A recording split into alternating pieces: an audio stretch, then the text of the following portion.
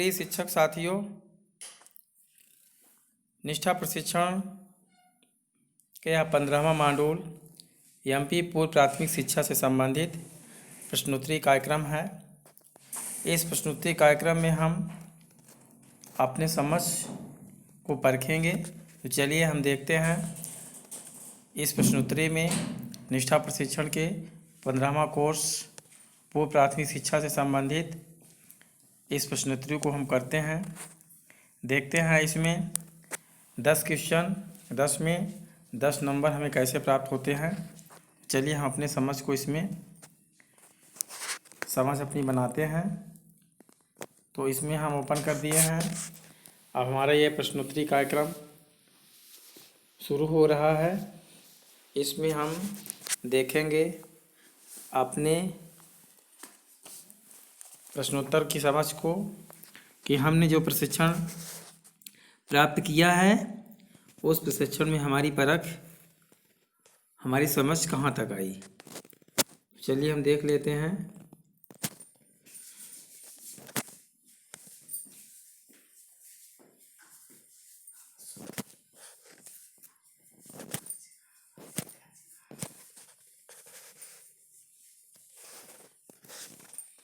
पूर्व प्राथमिक शिक्षा कार्यक्रम प्रशिक्षण में शामिल होना चाहिए।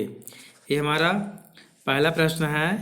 पूर्व प्राथमिक शिक्षा कार्यक्रम प्रशिक्षण में शामिल होना चाहिए। पूर्व प्राथमिक शिक्षा कार्यक्रम प्रशिक्षण में शामिल होना चाहिए।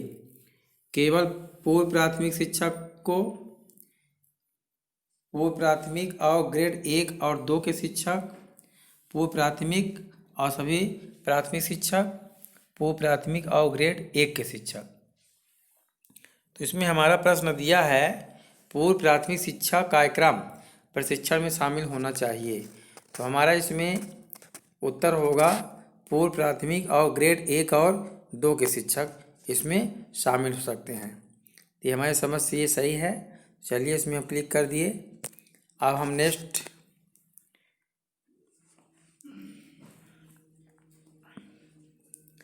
नेक्स्ट प्रश्न है हमारा, पूर्व प्राथमिक केंद्र आने वाले छोटे बच्चों के लिए आयु समूह क्या है। पूर्व प्राथमिक केंद्र में आने वाले छोटे बच्चों का आयु समूह क्या है। 4 से 5 साल, 3 से 6 साल, 3 से 4 साल, 2 से 3 साल। इसमें इसका उत्तर होगा दूसरा ऑप्शन 3 से 6 साल। इसमें हम क्लिक कर दिए।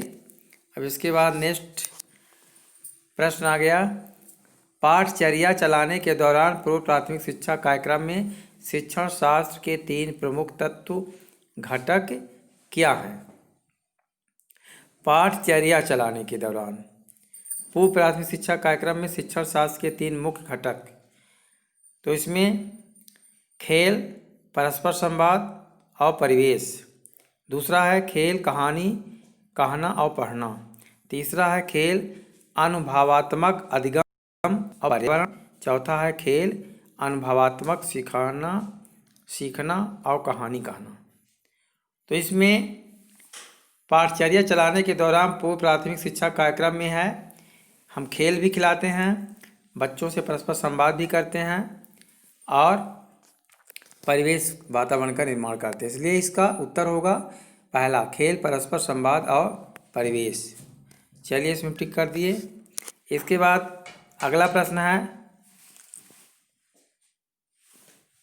संज्ञानात्मक विकास के एक उप आयाम के रूप में मैथमेटिकल थिंकिंग में शामिल है। संज्ञानात्मक विकास के एक उप आयाम, ये मैथमेटिकल थिंकिंग के संबंध में है। तो इसमें ऑप्शन दिया आकार और स्थान की समझ, कथावाचन, उछलना कूदना और खेलना। तो इसका उत्तर हो सकता है संज्ञानात्मक विकास के एक उप आयाम के रूप में मैथमेटिकल थिंकिंग में शामिल। तो इसमें है आकार और स्थान की समझ। इसमें टिक कर दिए। उसके बाद अगला प्रश्न है, कक्षा के भीतर के क्षेत्र हैं जहां बच्चों को डैश डैश में दिया है डैश डैश कक्षा के भीतर के क्षेत्र है जहाँ बच्चों को विकास की एक विशिष्ट आयाम से संबंधित सामग्री मिलती है। देखभाल केंद्र, अध्ययन केंद्र, लर्निंग सेंटर, संगीत केंद्र। तो इसमें इसका उत्तर होगा लर्निंग सेंटर। कक्षा के भीतर डैश डैश कक्षा के भीतर के क्षेत्र है जहाँ बच्चों को विकास के एक विशिष्ट आयाम से संबंधित सामग्री मिलती है। लर्निंग सेंटर यानी बच्चों को सीखने का जो अवसर मिलता है। तो ये हमारा होगा तीसरा ऑप्शन लर्निंग सेंटर। चलिए इसमें हम टिक कर दिए हैं। अब बढ़ गए आगे। छोटे बच्चों के खेलने के अवलोकन और आकलन के लिए निम्नलिखित तकनीक की आवश्यकता होती है। छोटे बच्चों के खेलने के अवलोकन और आकलन के लिए निम्नलिखित तकनीक की आवश्यकता होती है। जो छोटे बच्चे हैं उनको सीखने के लिए जैसे रेटिंग स्केल ये भी ज़रूरी है। चेक लिस्ट, बच्चों का हम चेक लिस्ट जाँच करते हैं। अब पोर्टफोलियो, तो इसमें जो है ऊपर के सभी, इसका उत्तर होगा ऊपर के सभी। इसके बाद दिया है अगला प्रश्न, निम्नलिखित में से कौन सा घटक तत्व संयोजन लिंकेज स्थापित करने के लिए है। प्रबंध मैनेजमेंट, स्थानीय लोकेशन, उपरोक्त सभी, कार्यक्रम के अनुसार प्रोग्रामेटिक। इसका उत्तर होगा उपरोक्त सभी। इसके बाद अगला प्रश्न है, हम पूर्व प्राथमिक केंद्र के बच्चों को सीखने के लिए प्रोत्साहित करते हैं। पूर्व प्राथमिक केंद्र के बच्चों को सीखने के लिए प्रोत्साहित करते हैं।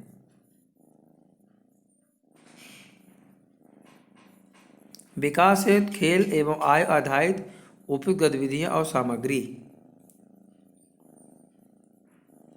टेबल और कुर्सी पर बैठा का काम, केवल खिलौने, एक्टिविटी वर्कशीट, एक्टिविटी वर्कशीट।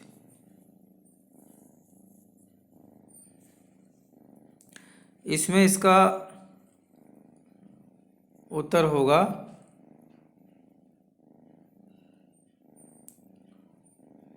विकास हेतु खेल और आय आधारित उपयुक्त गतिविधियों सामग्री।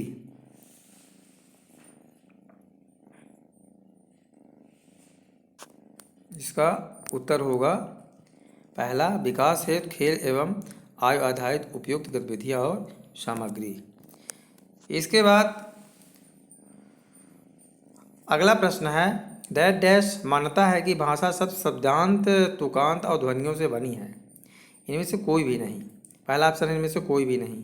मौखिक भाषा का विकास, ध्वनि जागरूकता, प्रिंट जागरूकता। तो इसमें होगा इसका उत्तर ध्वनि जागरूकता के माध्यम से भाषा शब्द और शब्दांश, तुकांत और ध्वनियों से बनी है। ध्वनि जागरूकता, इसमें हम टिक कर दिए। इसके बाद अगला प्रश्न है, पूर्व प्राथमिक शिक्षा वर्षों के दौरान मूल्यांकन सुनिश्चित करने में मदद करता है। इसका ऑप्शन है विकासात्मक देरी की प्रारंभिक पहचान, संभावित क्षमताएं, विशेष शैक्षिक आवश्यकताएं। इसमें इसका उत्तर तीनों होगा, उपरोक्त सभी। हमने इसमें 10 में से 10 क्वेश्चन सॉल्व किया। अब चलिए हम देख लेते हैं सबमिट बटन, सबमिट में क्लिक करके देखिए हमें 10 में 10 स्कोर प्राप्त हुआ। यहाँ पे रेडो लिखा है। रेडो में जैसे मान लीजिए साथियों आपको 10 में 10 नंबर नहीं मिलते हैं तो आप रेडो के माध्यम से पुनः जो है प्रश्न को सॉल्व कर सकते हैं और ज़्यादा से ज़्यादा स्कोर आप प्राप्त करें ताकि आपको हर प्रश्न में हर नंबर प्राप्त हो और आपका स्कोर बढ़े।